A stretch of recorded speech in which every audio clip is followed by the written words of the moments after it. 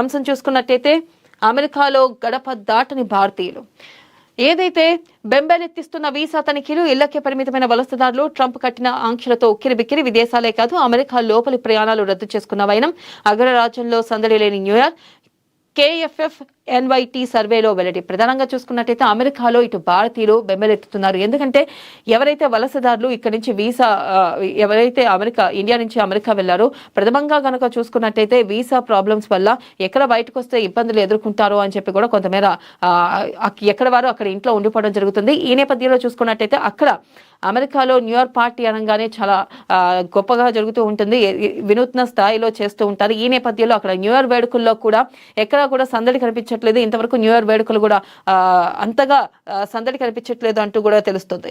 ఇక నెక్స్ట్ కనుక చూసుకున్నట్టయితే మరొక అంశం చూసుకుందాం. తగ్గిన నేరాలు, పెరిగిన రోడ్డు ప్రమాదాలు, మరణాలు, క్షతగాత్రుల సంఖ్య తగ్గింది. రాష్ట్రంలో సైబర్ నేరాలు భారీగా తగ్గాయి. ఇక దొమ్మీలు, కొట్లాట్లు 47% తగ్గుముఖం పట్టాయి.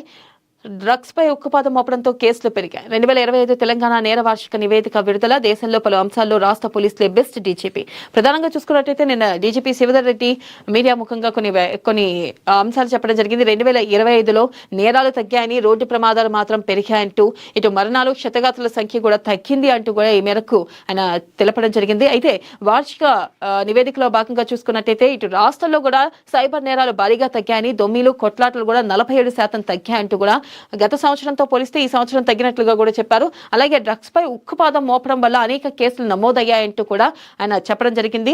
ఇక 2025 తెలంగాణ నేర వార్షిక నివేదికను ఈ మేరకు విడుదల చేయడం జరిగింది. ఇక దేశంలో పలు అంశాల్లో రాష్ట్ర పోలీసులే బెస్ట్ గా ఉన్నారంటూ కూడా డీజీపీ శివధర్ రెడ్డి నిన్న వార్షిక నివేదికలో భాగంగా చెప్పడం జరిగింది. నెక్స్ట్ గనక మరొక అంశం చూసుకుందాం. బీఆర్ఎస్ కు కమిషన్ల కక్కుర్తి, తుమ్మిడిహెట్టిల జూరాలకు కేసీఆర్ అన్యాయం, నీళ్లు లేవంటూ తుమ్మిడిహెట్టి నుంచి మేడిగడ్డకు తరలింపు, జూరాల నుంచి శ్రీశైలం పాలమూరు రంగారెడ్డి మార్పు. ఈ రెండు ప్రాజెక్టులో కమిషన్లే బీఆర్ఎస్ కు ప్రామాణికం. రాయలసీమ ఎత్తిపోతలకు కేసీఆర్ సహకరిస్తే అడ్డుకున్నాం.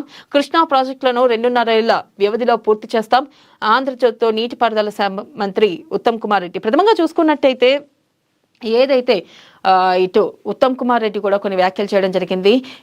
కేవలం కేసీఆర్ కక్కుర్తి వల్లే ఇది జరిగింది. గతంలో కేసీఆర్ నీటి విషయంలో ఏదైతే కక్కుర్తి పట్టారో, కమిషన్ల కోసం కక్కుర్తి పట్టడం వల్లే ఈ విషయం ఇప్పుడు నీటి విషయంలో ఇబ్బంది ఎదుర్కొంటున్నామంటూ కూడా ఉత్తమ్ కుమార్ రెడ్డి వ్యాఖ్యానించడం జరిగింది.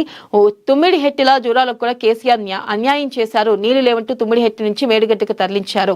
జూరాల నుంచి శ్రీశైలం, పాలమూరు రంగారెడ్డి మార్పు చేశారు. ఈ రెండు ప్రాజెక్టులో కమిషన్లే బీఆర్ఎస్ కు ప్రామాణికమయ్యాయి కానీ ప్రజల్ని పట్టించుకోలేదు అంటూ కూడా కొన్ని వ్యాఖ్యలు చేయడం జరిగింది. అలాగే మనం చూసుకున్నట్టయితే ఇటు అసెంబ్లీ సమావేశాల్లో కూడా ప్రథమంగా పవర్ పాయింట్ ప్రెజెంటేషన్ ఇచ్చింది కాంగ్రెస్ ప్రభుత్వం. ఈ నేపథ్యంలో బీఆర్ఎస్ ను కూడా నిలదీయడం జరిగింది. ఈ నేపథ్యంలో కనుక చూసుకున్నట్టయితే ఇక్కడ బీఆర్ఎస్ కూడా ఇటు బీఆర్ఎస్ శ్రేణులు కూడా కొన్ని వ్యాఖ్యలు చేయడం జరిగింది. మాకు కూడా మినిట్స్ ఇవ్వండి, ఏదైతే అసెంబ్లీలో మాట్లాడే అవకాశం ఇవ్వండి, మేము కూడా పవర్ పాయింట్ ప్రెజెంటేషన్ ఇస్తామంటూ కూడా వ్యాఖ్యలు చేయడం జరిగింది. అటుపక్కన చూసుకున్నట్టయితే ఏదైతే అసలుకి నీళ్ల కొరతకి ఇన్ని టీఎంసీలకి మీరు సంతకాలు చేయడమే కారణం, ఏదైతే ప్రాజెక్టులు ఇక్కడి నుంచి వేరే చోటుకి మార్చడం, అలాగే ప్రథమంగా చూసుకున్నట్టయితే తుమ్మిడిహెట్టి నుంచి జూరాలకు కేసీఆర్ అన్యాయం చేశారంటూ కూడా ఈ మేరకు ఉత్తమ్ కుమార్ రెడ్డి వ్యాఖ్యానించడం జరిగింది. ప్రధానంగా ప్రాజెక్టులు మార్పు విషయంలో కూడా మీకు కక్కుర్తే కారణం, ఏదైతే కమిషన్ల కోసమే మీరు ఆశపడి ఈ విషయం చేశారంటూ కూడా ఇటు కాంగ్రెస్ నేతలు ప్రశ్నించడం జరుగుతుంది. మరి ఈ నేపథ్యంలో గనక అసలు దీన్ని బీఆర్ఎస్ ప్రభుత్వం ఎలా ఎదుర్కోబోతుంది, దీనికి సమాధానం చెప్పనున్నారో పక్కన చూసుకున్నట్టయితే ఫ్లోర్ లీడర్ గా ఇటు హరీష్ కి అదనపు బాధ్యతలను అప్పచెప్పారు, ప్రమోషన్ ఇచ్చారు మరి కేసీఆర్.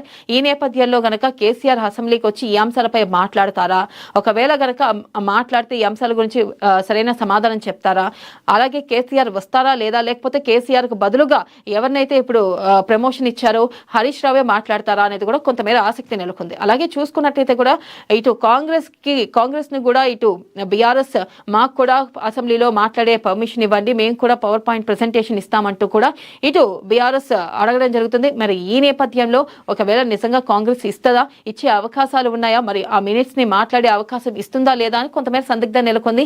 మరి ఈ అంశాల గురించి మాట్లాడడానికి కేసీఆర్ వస్తారా, లేకపోతే హరీష్ రావు వస్తారా, కేసీఆర్ వస్తే ఎలా ఉండబోతుంది అనేది కూడా కొంతమేర ఆసక్తి నెలకొంది. మరి ఎవరు వస్తారు, ఈ అంశాలపై ఎవరు మాట్లాడతారు అనేది చూడాలి.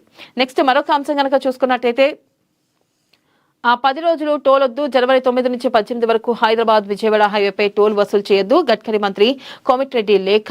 ఇక సంక్రాంతి సమయంలో ట్రాఫిక్ జామ్ ను నివారించేందుకే తప్పనిసరి అయితే R&B నుంచి కనీస రుసుము ఇస్తామని వెల్లడి. ప్రథమంగా చూసుకున్నట్టయితే ఏదైతే సంక్రాంతి నేపథ్యంలో 10 రోజులు గనక టోల్ ఫీజులు వద్దు అంటూ కూడా ఇటు మంత్రి ఉత్తమ్ కోమటిరెడ్డి లేఖ రాయడం జరిగింది. ఉత్తమ్ కుమార్ రెడ్డి అయితే గడ్కరీకి ఈ మేరకు ఆయన విన్నవించారు. ఏదైతే 10 రోజులు ఉంటుందో ఆ 10 రోజులు కూడా టోల్ ఫీజులు రద్దు చేయాలి, అప్పుడు ఈజీ ప్రయాణం అవుతుంది, ఎక్కడ ట్రాఫిక్ జామ్ కాకుండా ఉంటుంది అంటూ కూడా ఈ మేరకు ఆయన కోమటిరెడ్డి గడ్కరీకి లేఖ రాయడం జరిగింది. మరి ఈ మేరకు ఆయన ఎలా స్పందిస్తారు అనేది చూడాలి.